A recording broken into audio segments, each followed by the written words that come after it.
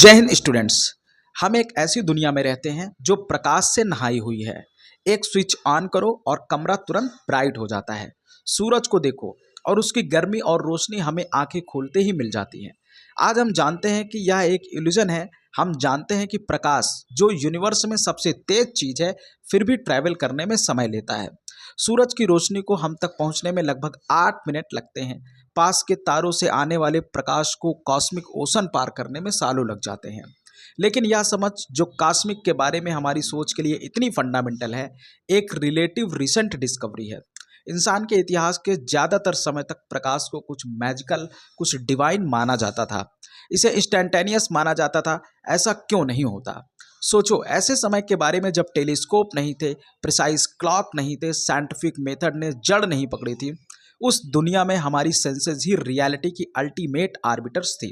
अगर आप एक मोमबत्ती जलाते थे तो तुरंत रोशनी पूरी जगह में फैल जाती थी। कोई परसेप्टिबल डिले नहीं था। अरिस्टोटले से लेकर डिस्कार्टेस तक फिलासफर और महान विचारकों ने यह निष्कर्ष निकाला कि प्रकाश की गति इनफाइनाइट थी। यह ट्रैवल्स नहीं करता था, यह बस था। उनके लिए यूनिवर्स एक छोटी, ज्यादा इंटीमेट जगह थी। यह विचार कि किसी तारे से आया संदेश हजारों साल पुराना हो सकता है, उन्हें प्योर फैंटेसी लगता। प्रकाश एक कांस्टेंट था, एक एब्सोल्यूट प्रेजेंस जो हर चीज को एक सिंगल अनब्रोकन मोमेंट में जोड़ता था।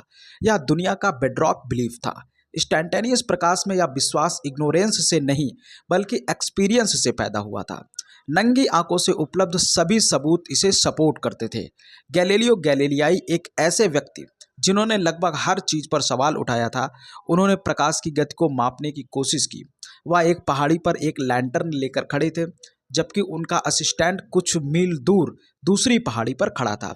वह अपना लैंटर्न अनकवर करते और उनका असिस्टेंट जैसे ही रोशनी देखता उसने अपना अनकवर किया। डिले इतना छोटा, इतना इम्परसेप्टिबल था कि गैलीलियो यह निष्कर्ष निकाल सके कि अगर प्रकाश की कोई गति थी तो वह उनके मापने के लिए बहुत तेज थी। यूनिवर्स अपना रहस्य बहुत सावधानी से छिपा रहा था। ऐसा लग रहा था कि प्रकाश स्वभाव एक रहस्य ही रहेगा, एक डिवाइन एट्रीब्यूट जो इंसान की समझ से परे है। लेकिन यूनिवर्स हमेशा क्लॉज छोड़ता है। आपको बस यह जानना होगा कि कहाँ और कैसे देखना है। जवाब पास की पहाड़ी पर नहीं थे, बल्कि बहुत दूर ग्रहों और उनके चंद्रमाओं के मैजेस्टिक डांस में थे। एक नए तरह के विचारक के लिए मंच तैयार हो रहा था। कोई ऐसा जो सिर्फ देखना नहीं बल्कि समझना चाहता था। कोई ऐसा जो अतीत के आरामदायक जवाबों से संतुष्ट नहीं होगा। डेनमार्क का एक युवा व्यक्ति एक ऐसी यात्रा पर निकलने वाला था जो उसे पूरे यूरोप में ही नहीं ले जाएगी, बल्कि ह्यूमैनिटी को एक नए कॉस्मिक थ्रेशोल्ड पर भी ले जाएगी। वह इनफाइनाइट को चुनौती देगा और ऐसा करके यूनिवर्स को एक स्पीड लिमिट देगा। उसका नाम ओले रोमर था। हमारी कहानी किसी बड़ी प्रयोगशाला में नहीं बल्कि डेनमार्क के आरहुस शहर में शुरू होती है। यहीं पर एक युवा ओले रोमर बड़े हुए। उनका जन्म एक ऐसी दुनिया में हुआ था जहां व्यावहारिक चुनौतियां थी। उनकी जिज्ञासा सिर्फ किताबों के लिए नहीं थी या उनके आसपास की दुनिया के लिए थी। उन्होंने देखा कि चीज़ें कैसे काम करती हैं। वे तारों से बहुत प्रभावित थे। वे दूर के प्रकाश बिंदु जो रात के आसमान में बिखरे हुए थे। कई लोगों की तरह उन्होंने भी सोचा होगा कि क्या थे और वे कितनी दूर हो सकते हैं। लेकिन कई लोगों के विपरीत उनके दिमाग को माप और सटीकता की व्यवहारिकता कलाओं में प्रशिक्षित किया जा रहा था। खगोलीय जिज्ञासा और जमीनी इंजीनियरिंग का यह संयोजन उनकी प्रतिभा की पहचान बन गया। वे सिर्फ एक सपने देखने वाले नहीं थे, वे एक करने वाले थे। उन्होंने अच्छी शिक्षा प्राप्त की और अंततः प्रतिभाशाली डेनिश खगोलशास्त्री रासमस बर्थोलिन के साथ काम करने लगे। यह उनके प्रशिक्षण का मैदान था। उन्होंने स्वर्ग के गणित को सीखा। उन्होंने उन उपकरणों का उपयोग करना सीखा जो ब्रह्मांड पर मानवता की नई आंख थी। अवलोकन और गणना में उनके कौशल में वृद्धि हुई। जल्दी ही अवसर मिला और यह एक बड़ा अवसर था। नव स्थापित पेरिस वेधशाला, यूरोप का वैज्ञानिक केंद्र, को उज्जवल दिमागों की आवश्यकता थी। किंग लुईस 14वें के संरक्षण में यह वेधशाला विज्ञान के नए युग की एक रोशनी थी। यहीं पर ब्रह्मांड की सबसे बड़ी पहेलियों को सुलझाया जा रहा था।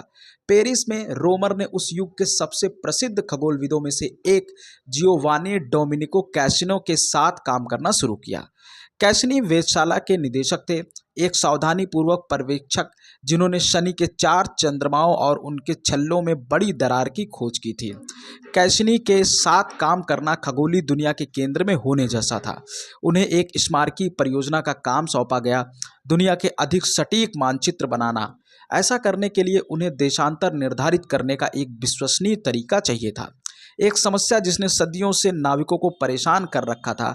उनका मानना था कि इसका जवाब आसमान में स्वर्ग की घड़ी की सटीकता में है। उनका ध्यान बृहस्पति पर केंद्रित हो गया, हमारे सौर मंडल का विशाल ग्रह। योजना अवधारणा में सरल थी, लेकिन अभ्यास में अविश्वसनीय रूप से कठिन थी।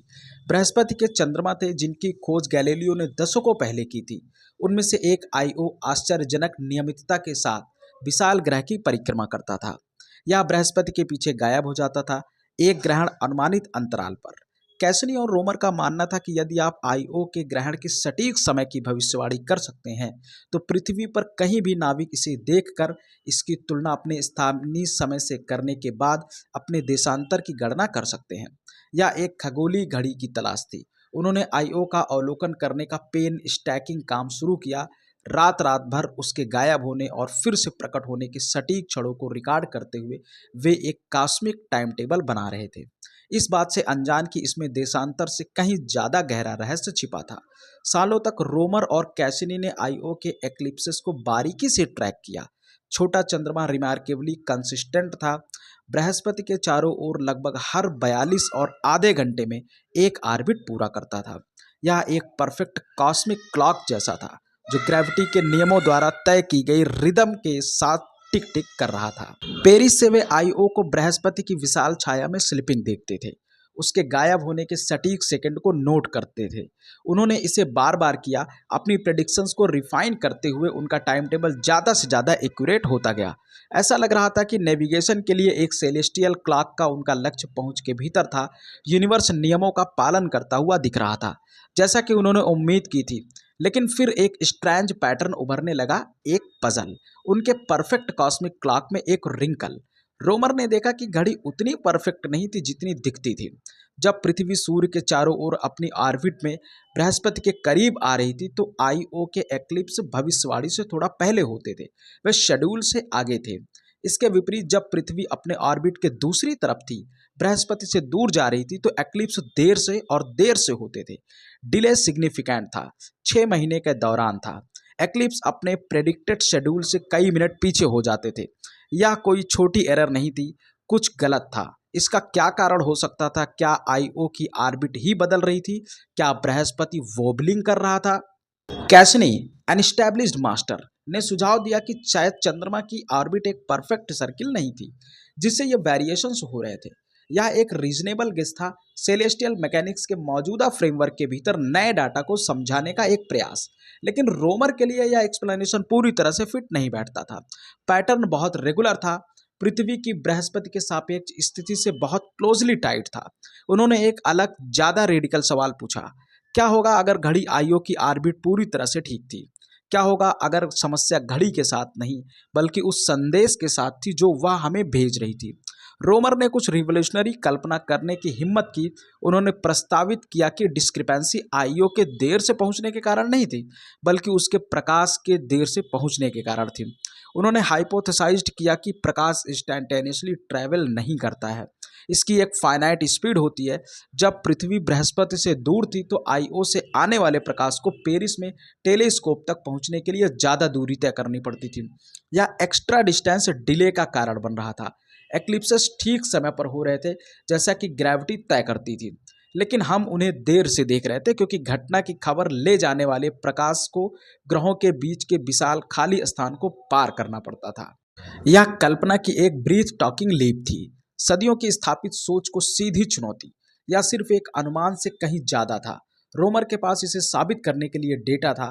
उन्होंने एक बोल्ड प्रेडिक्शन की। समय के अंदर की अपनी गणना के आधार पर उन्होंने पेरिस की रॉयल एकेडमी ऑफ साइंसेस के स्कैप्टिकल वैज्ञानिक को बताया कि 9 नवंबर 1676 को आईओ का एक्लिप्स कैसिनी की तालिकाओं द्वारा अनुमानित समय से 10 मिनट बाद देखा जाएगा। यह एक रिस्की कदम था।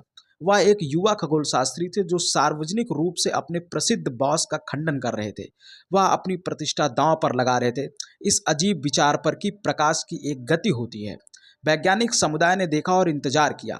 उस फेटफुल रात को खगोलविदों ने अपनी दूरबीन को बृहस्पति की ओर इंगित किया और रोमर सही थे। एक्लिप्सेस लगभग उसी समय हुआ जब उन्होंने कहा था। रोमर ने दिखाया था कि प्रकाश की एक फाइनाइट गति होती है। उन्होंने उस गति का पहला रीजनेबल अनुमान भी लगाया था। उस समय ज्ञात पृथ्वी की कक्षा के व्यास का उपयोग करते हुए उन्होंने गणना की कि प्रकाश इतनी तेजी से यात्रा करता है कि वह 1 सेकंड के एक अंश में पूरी पृथ्वी को पार कर सकता है। हालांकि उनके आंकड़े आज के मानकों के अनुसार पूरी तरह से सटीक नहीं थे, वे सही बाल पार्क में थे।